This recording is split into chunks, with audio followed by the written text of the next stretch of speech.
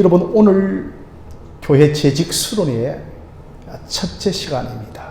그래서 여러분들께서 주보 안에 있는 간지, 여러분 이렇게 약간의 푸르른 색이 있죠. 이걸 가지면서 오늘 이 수련회이기 때문에 조금은 강의식으로 진행되어지더라도 여러분 노트에 필기하듯이 주의 말씀을 들으면서 오늘 첫째 시간과 오후에 둘째 시간에 재직 수련회를 갖도록 하겠습니다.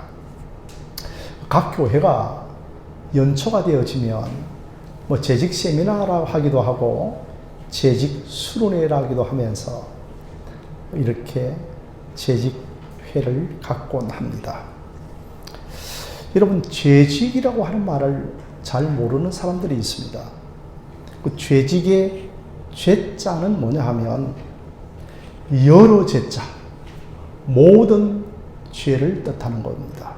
초등학교 시절에 그 일본의 교사의 영향을 받았던 선생님이 한 분이 계시는데 늘 우리를 향하여 부를 때 제군 여러분 할 때 어린 초등학교 시절에 제군이 뭔지를 몰라가지고 어렴풋하게 알았던 적이 있었습니다. 여러분, 제군이라고 하는 것은 곽제자, 여러 학생 여러분, 모든 학생 여러분들을 가리켜서 재직이라는 겁니다. 그래서 여러분, 재직회라고 하는 것은 어떤 뜻을 지니고 있는가 하면 바로 교회의 여러 직분들입니다.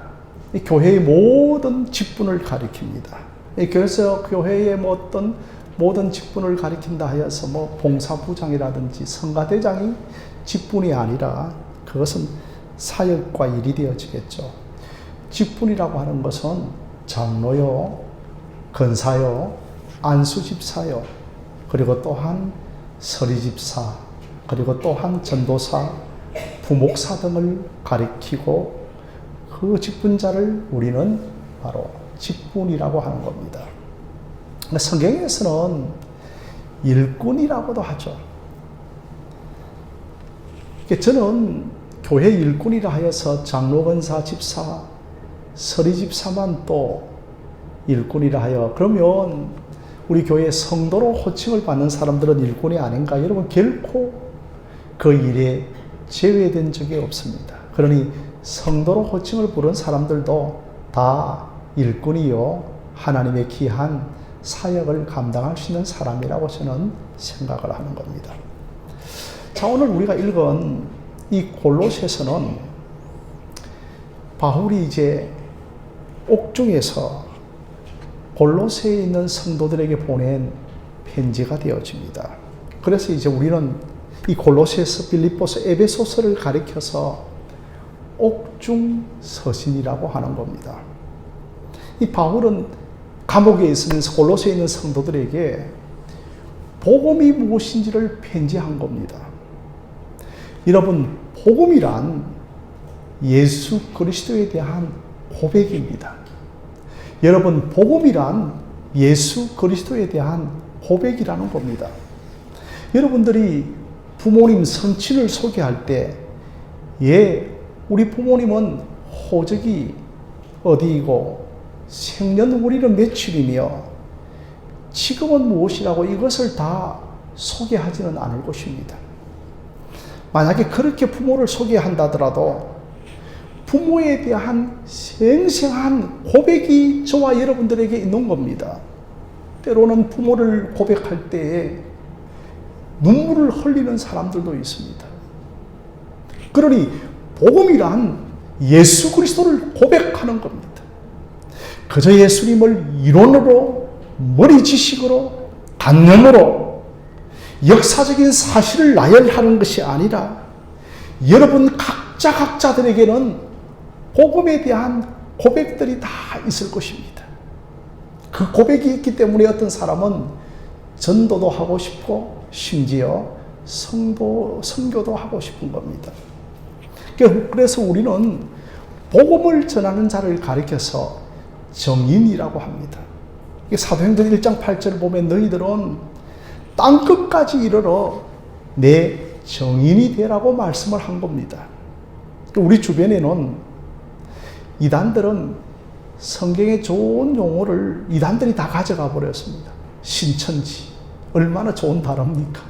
여호와의 정인, 얼마나 좋은 단어입니까? 그래서 우리 주변에 이단의 하나인 여호와의 정인이라고 하는 것이 있는데, 우리는 사실은 복음의 정인이고 하나님의 정인이고 예수 그리스도의 정인입니다. 정인이라고 하는 것은 법정에 가서 예수 그리스도가 누구신가를 진술하는 자를 가리켜서 여러분 휘트니스, 정인이라고 하는 겁니다. 그런데 여러분 이 정인을 헬라어로는 마르투스 이렇게 사용을 하는데, 이 마르투스라는 단어가 정인이라고 하는 의미도 있지만 순교자라는 뜻도 지니고 있다는 겁니다. 단순히 예수를 보고 들은 것만을 증거하는 증언자가 아니고 목격자가 아니고 순교자의 자리까지 나아간다는 겁니다.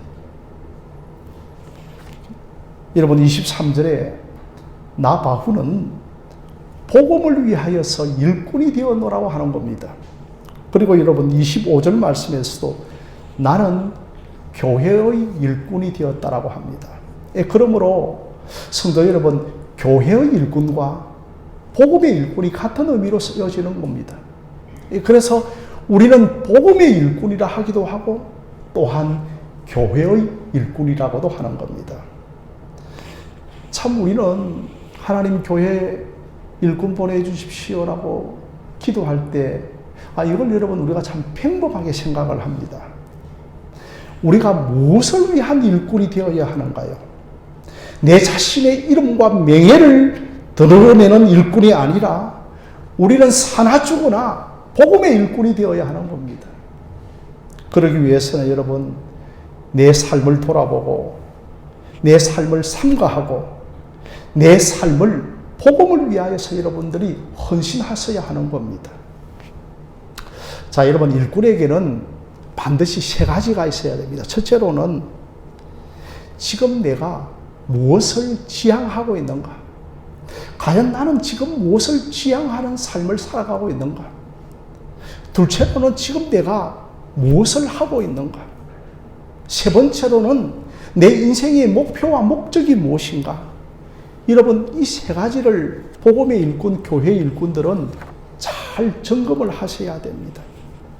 그 세 가지 중에 제일 첫 번째가 나는 과연 무엇을 지향하고 있는가? 이걸 여러분 살펴보셔야 합니다.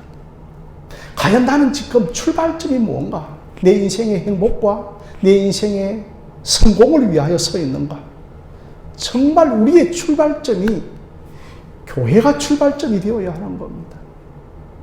가정의 일을 돌보고 직장의 일을 돌보는 것이 아니라 교회의 일을 돌보는 것이 교회 일꾼이라는 겁니다.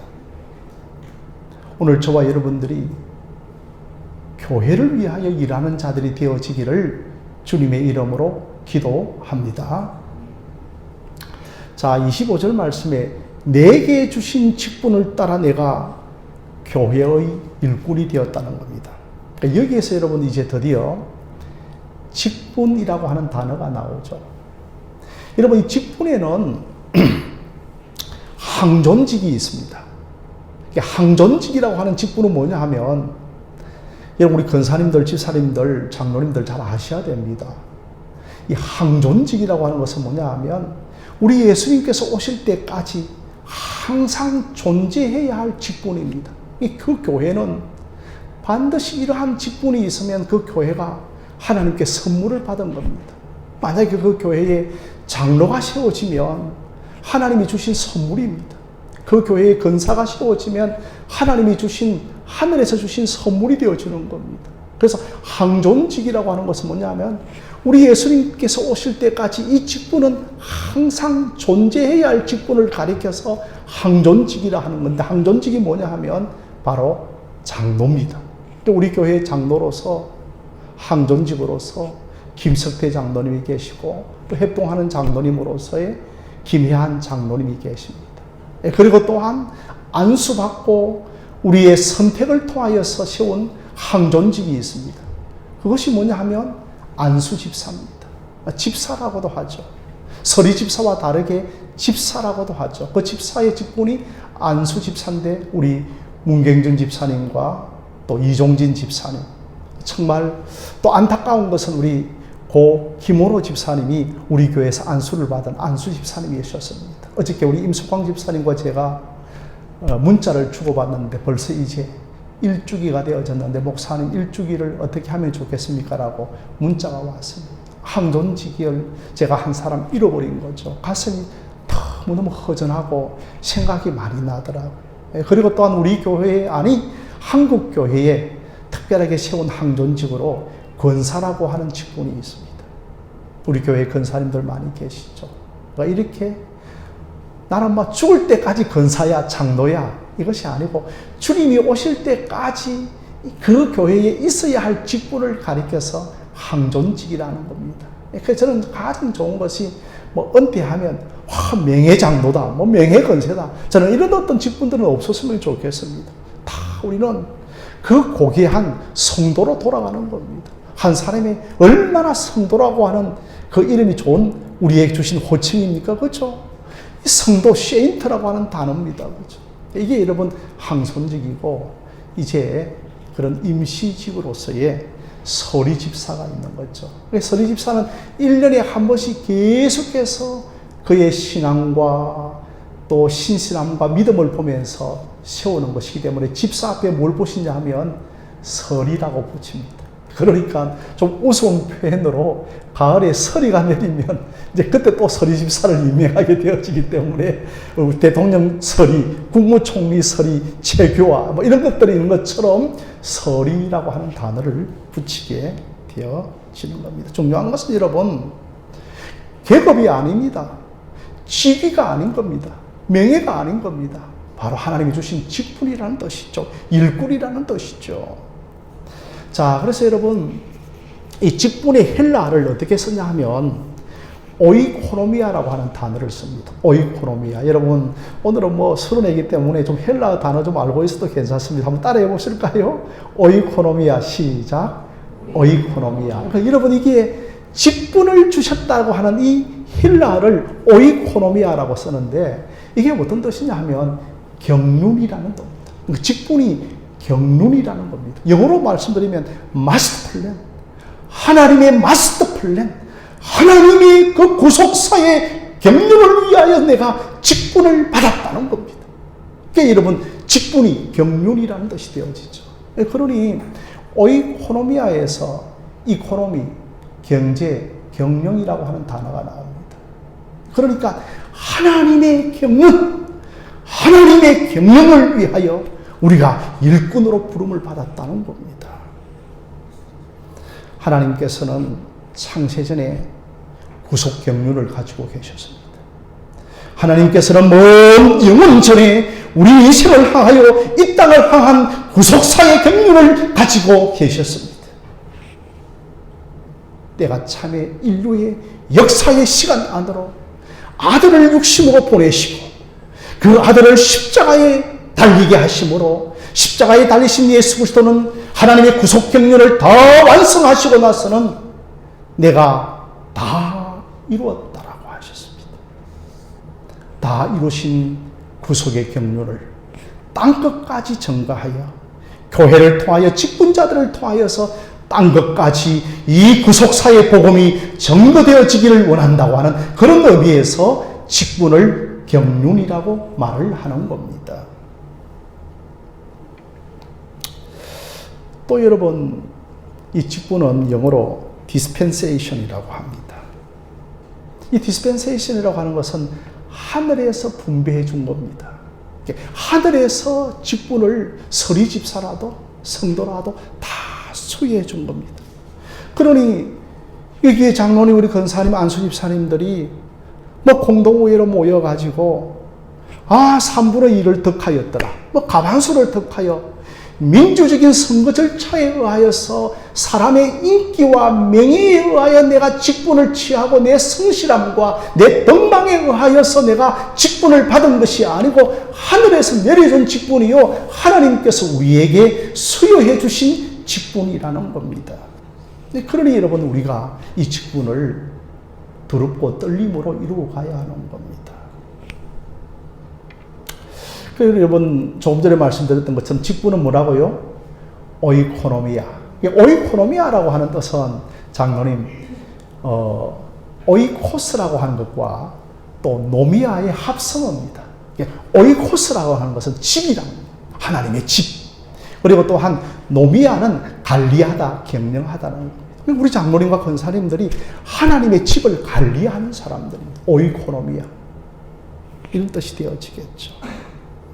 그러니 여러분 직분자들은 하나님의 집을 잘 관리하는 청지기가 되어져야 하는 겁니다. 하나님께서는 자신의 구속 경륜을 여러분 에베소서 1장에 보면 창세전에 우리를 위하여 구속 경륜을 작정하셨다고 합니다. 하나님께서는 창세전에 그 구속사의 경륜을 가지고 자기 스스로 구속 경륜을 충분하게 능히 이루실 수 있었습니다. 그런데 하나님께서는 이 구속사의 경륜을 직분자들을 통하여 이루가기를 원하시는 겁니다. 능히 하나님은 달도 만드실 수 있고 별도 만들 수 있고 바다와 산도 만드실 수가 있었습니다. 그러나 하나님께서는 이 구속사의 경륜을 직분을 통하여 이루어 가시기를 원하는 겁니다. 그러므로 여러분들이 교회를 위하여 애를 쓰고 눈물을 흘리고 땀을 흘리고 또한 염려하는 것, 교회를 위하여서 모든 것을 내어놓는 것이 나의 일을 이루는 것이 아니고 하나님의 작정, 하나님의 구속 경륜을 이룬다는 사실을 꼭 기억하시기를 바랍니다. 자, 여러분 24절을 보시면 그리스도의 남은 고난을 그의 몸된 교회를 위하여 내 육체에 채워놓으라고 말을 하고 있는 겁니다.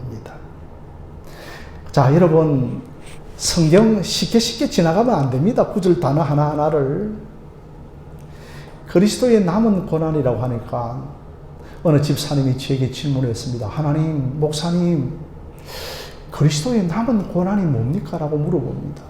여러분, 예수님께서 십자가에 운명하시면서 고난을 다 담당하시고 내가 다 이루었다고 하셨는데 그리스도의 십자가의 고난이 남아있다고 하면 목사님, 십자가가 우리 인생을 구원하기에 조금 2% 부족한 겁니까? 아니면 10%가 부족하기 때문에 내가 십자가의 구속을 좀 채워야 되는 겁니까? 라고 그렇게 말을 하는 분이 있습니다. 여러분, 복음은 온전한 복음입니다.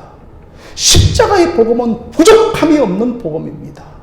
어떤 인간의 공로와 신분과 노력에 의하여서 십자가의 완전한 복음이 채워지지 않습니다. 예수님께서 갈보리 십자가의 죽으심으로 말미암아 모든 인생, 오고 가는 모든 세대의 모든 사람들까지 능히 구원할 수 있는 온전한 복음이요, 완전한 복음이요, 충만한 복음인 것을 믿으시기를 바랍니다. 그렇다면 여러분, 그리스도의 남은 고난을 내 육체에 채운다고 하는 뜻은 뭡니까?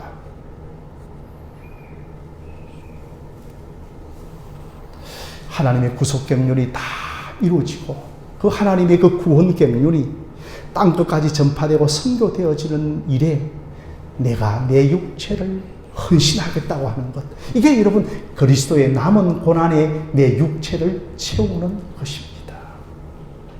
이 바울은 그리스도의 남은 고난에 자기 자신의 육체를 채우기 위하여 그 교회의 구속 경륜이 이루어지기 위하여서 자기 자신의 모든 것을 다 허비하였습니다. 남들은 바라볼 때 낭비다, 계산이 안 된다, 그건 이렇게 이야기를 하더라도 그는 더 소비하였고 허비하였던 겁니다. 이게 여러분 내 육체에 그리스도 남은 고난을 위하여 몸된 교회에 채우는 겁니다. 자기의 일생을 바울이 드렸고 심지어 바울이 여러분 독신으로 살았습니다. 결혼도 하지 않았습니다. 두 번째로 여러분, 그리스도의 남은 고난을 위하여 내 육체에 채운다고 하는 이 의미는 어떤 의미냐 하면 예수 그리스도를 누리는 겁니다. 여러분 한번 따라해 볼까요?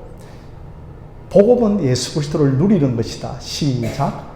복음은 예수 그리스도를 누리는 겁니다. 여러분, 하나님을 누리시기를 주님의 이름으로 축원드립니다. 예수 그리스도를 누리시기를 바랍니다. 이 예배당에 와가지고도 막 복음과 예수들을 누리지 못하여서 안절부절하지 못하고 핸드폰을 켜대기도 하고 오면 막 급히 교회당 문을 나서가지고 계좌번호 알려주세요, 전화번호 알려주세요. 이거 여러분 복음을 누리지 못하는 사람들입니다. 다 맡기는 겁니다. 하나님께서 책임져 주실 것을 믿고 맡기는 것이 복음을 누리는 겁니다. 복음은 무조건 너희들 희생하라 바치라 강요하지 않습니다. 초대교회가 가장 뛰어난 것은 예수 그리스도를 누렸다는 겁니다. 세상을 누리고 즐기기보다는 예수 그리스도를 누리다 보니까 헌신하고 바치고 감사하고 심지어 순교의 자리까지 나아갔던 겁니다. 여러분 순교가 뭡니까? 라고 물어보면 예수 그리스도를 누리는 겁니다.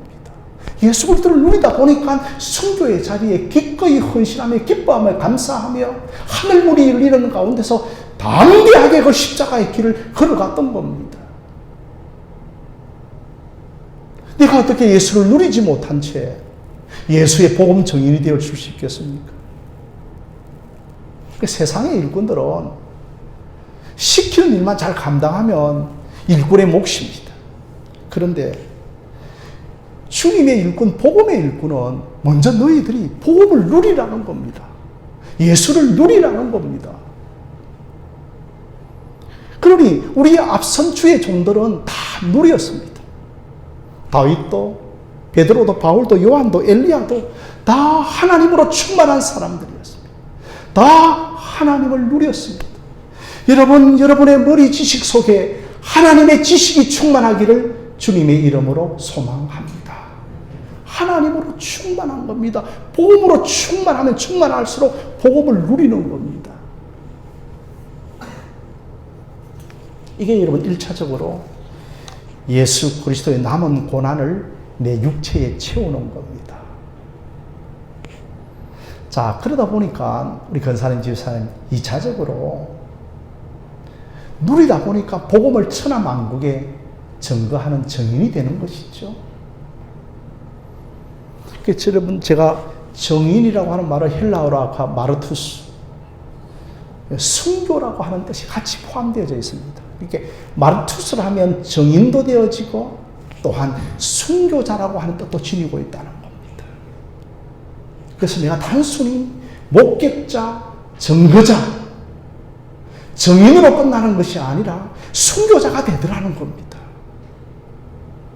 그러니 여러분 초대교회의 순교자 열전을 쭉 읽어보면 그들이 순교의 현장을 걸어가면서 다 기뻐하며 감사하며 하나님으로 충만히 누리면서 그들이 순교의 현장을 걸어갔던 것이었습니다. 불교에서는 자기 자신의 인내심과 극기와 희생과 불굴의 용기를 극적으로 드러내는 것을 가리켜서 소신공양이라고 하는 겁니다. 심지어 분신공양이라고도 합니다. 여러분, 순교자들은 이건 아닙니다. 극기로 인내로 순교한 것이 아니고 은혜를 받아보니까 너무 기쁘고 감사하고 너무 누리고 즐거워하다 보니까 순교의 자리까지 나아갔더라는 겁니다. 그러니 여러분, 예수로 인하여 즐거워하며 예수로 인하여 기뻐하며 예수로 인하여 감사하는 것이 순교입니다. 순교가 여러분 어려운 것 아닙니다. 그러니 여러분, 복음을 누리는 것, 하나님을 누리는 것이 꼭 서리집사님과 장로 권사님들에게, 목사에게, 목사도 여러분 항존직이죠. 그래서 반드시 있어야 할 영적 자질입니다. 그러면 여러분들, 우리에게 어떤 고백이 나오는가 하면 갈라디아서 2장 20절의 고백이 나오는 거죠. 이 복음을 누리기 시작하면 바울처럼 이제는 내가 산 것이 아니요 내 안에 예수 그리스도가 사시는 거예요. 이게 여러분 복음을 누리는 겁니다. 이게 여러분 그리스도의 남은 고난을 내 육체에 채우는 것이죠. 여러분 이제 그 구절 아시겠죠? 그렇죠? 제 어린 시절에 우리 아버님은 부유하지는 못했지만 참 가수 농사를 좋아하셨습니다. 그런데 큰 가수원을 갖고 계신 것은 아니었습니다. 텃밭에 이제 단감나무를 심기도 하고 조그마한 그 야산에 밤나무를 심기도 하였습니다. 자, 그래서 여러분 가수를 해보니 한 해에 충만하게 그 감옥이 열매를 맺은 나무는 다 열매가 떨어지더라도 앙상한 가지가 남아있더라도 참 아름답습니다. 왜냐하면 자신의 모든 것을, 내 육체의 모든 것을 그 나무에 채워버렸기 때문에 아름다운 겁니다. 그런데도 여러분 앙상한 가지만 남아있습니다. 다 채워버렸기 때문에. 그런데 가수를 해보면 열매도 내지 않고, 아니 지금 겨울 영하 5도 10도까지 내려가는데 가지에 부르죽죽한 빛을 띠고 있는 가수가 있습니다. 그런 나무들은 여러분 아름다운 것이 아닙니다. 우리가 내 육체에 예수 그리스도를 다 채운다고 하는 것은 바로 그런 겁니다. 하나님과 교회를 위하여 나의 모든 것을 다 쏟아부은 사람은 마지막에 앙상한 가지만 남아있는 겁니다. 그러나 그런 사람을 하나님 보시기에 좋았더라. 할렐루야. 여러분 직분이 바로 그런 겁니다. 앙상한 가지만 남아있는 겁니다. 하나님 보시기에 좋았더라. 그러니 여러분 이게 신앙이 죽은 것도 아니고 산 것도 아니고 뜨거운 것도 아니고 뜨뜻한 것도 아니고 미지근한 것도 아니고 안 믿는 것도 아니고 믿는 것도 아니고 푸르죽죽한 신앙생활들.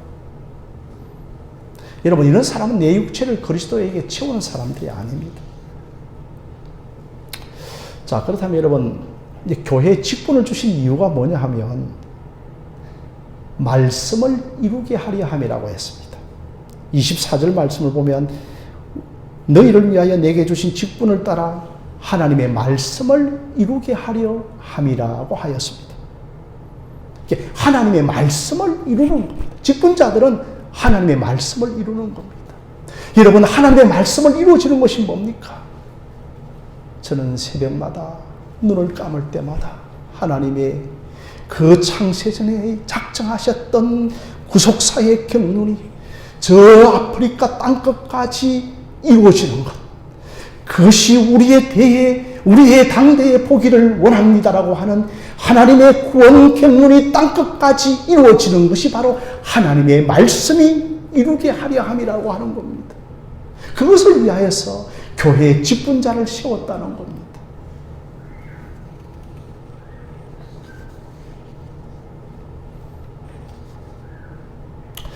그러니 여러분 제가 하나님의 구속사의 경륜을 위하여 우리가 직분을 잘 감당하다 하니까 좀 엄청나게 집사님, 권사님 거창하게 좀 보이지 않습니까? 그죠? 좀 거창한 단어가 보이지만 여러분 교회당을 썰고 닦는 것도, 교회당에 휴지 하나 줍는 것도 하나님의 말씀을 이루는 겁니다. 그러한 일들도 하나님의 구속사의 경영을 이루어가는 겁니다. 우리가 꼭 요나같이, 베드로같이, 바울같이 사용되어져야만 하나님의 구속사의 경영을 이루는 것은 아닙니다. 칼빈은 오늘 바깥에 나가면 빗방울 하나 떨어지는 것도 하나님의 섭리라고 하였습니다. 루터는 그 천하디천한 구두 스승공도 하나님의 보케이션, 하나님의 소명, 하나님의 콜링이 있다라고 했던 겁니다. 작은 일에 헌신할 때 끝내 하나님께서 이루어 주실 줄로 믿습니다. 여러분 오늘 이 첫째 날 재직 세미나 좀 길어지는 것 같지만 꼭 잘 들어주시기 바랍니다. 24절을 보면 교회를 위하여, 영어로 포가 나옵니다. 그리고 또 25절에 또 우리를 위하여, 교회를 위하여 포가 나옵니다. 그러니까 우리가 이것을 전치사 위하여를 우리나라 말로 하니까 똑같은 의미를 지니고 있는 것처럼 보입니다. 그래서 위하여라고 하는 우리는 이것밖에 해석을 할 수 없지만 헬라어로는 이 위하여가 24절과 25절이 다른 겁니다. 그러니 여러분 24절에 기독교의 가장 유명한 단어가 나오는데 히페르가 나옵니다. 예수님은 우리를 위하여, 우리를 대신하여, 우리를 대표하여 십자가에 달려 돌아가셨습니다라고 하는 이 히페르가 나오는데 25절에 이 위하여는 히페로와 함께 에이스가 나옵니다. 히페로 에이스가 나오는데 이 뜻이 뭐냐 하면 24절의 위하여라고 하는 것은 바라본다는 겁니다. 여러분 오늘 이 시간 예수 그리스도를 바라보시기를 바랍니다. 그런데 여러분 바라보는 데 그치는 것이 아니고 이 25절의 히페로 에이스는 그 속으로 뛰어들어간다는 겁니다.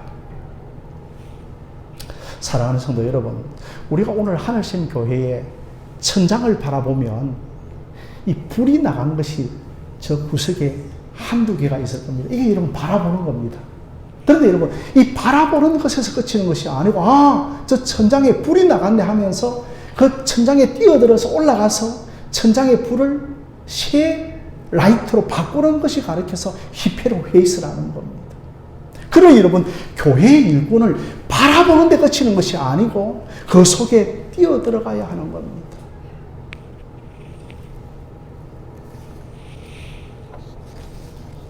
우리가 유니세프 광고를 보면 그 아프리카에서 못 먹은 기아에 바짝 마른 아이들을 보면 바라보는 겁니다. 심지어 그것을 바라보면서 눈물을 흘리는 사람들도 있습니다. 그게 여러분 히페르입니다. 그런데 히페르 에이스는 뭐냐 하면 바라보는 데 그치는 것이 아니고 그 현장까지 뛰어들어가는 겁니다. 기금을 마련하기도 하고 내 시간을 바쳐서 그 삶의 현장에 들어가는 겁니다. 우리가 교회를 바라보기만 해서는 안 됩니다. 주님이 보게 해주셨다면 본 사람이 그 일을 하는 겁니다.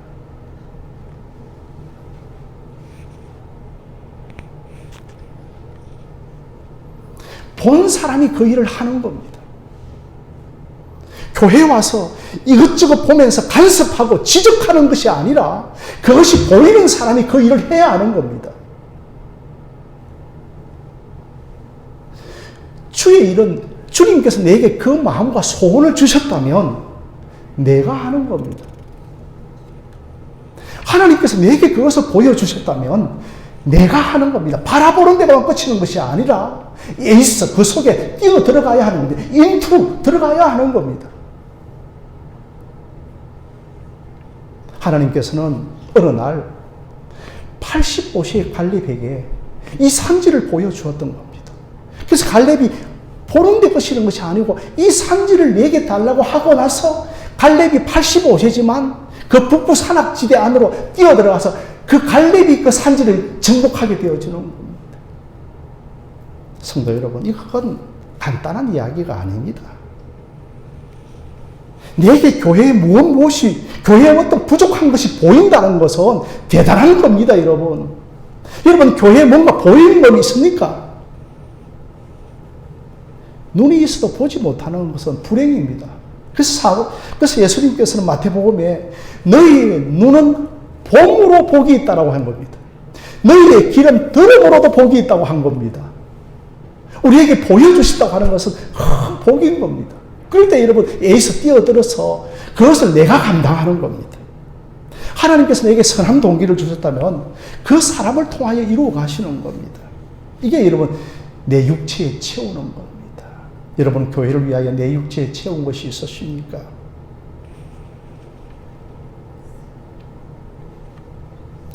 마지막으로 여러분 29절 말씀인데요. 교회를 위하여 수고하는 자에게 누리는 기쁨이 있습니다. 이게 사도 바울은 29절에 한 고백을 한번 들어보시지요.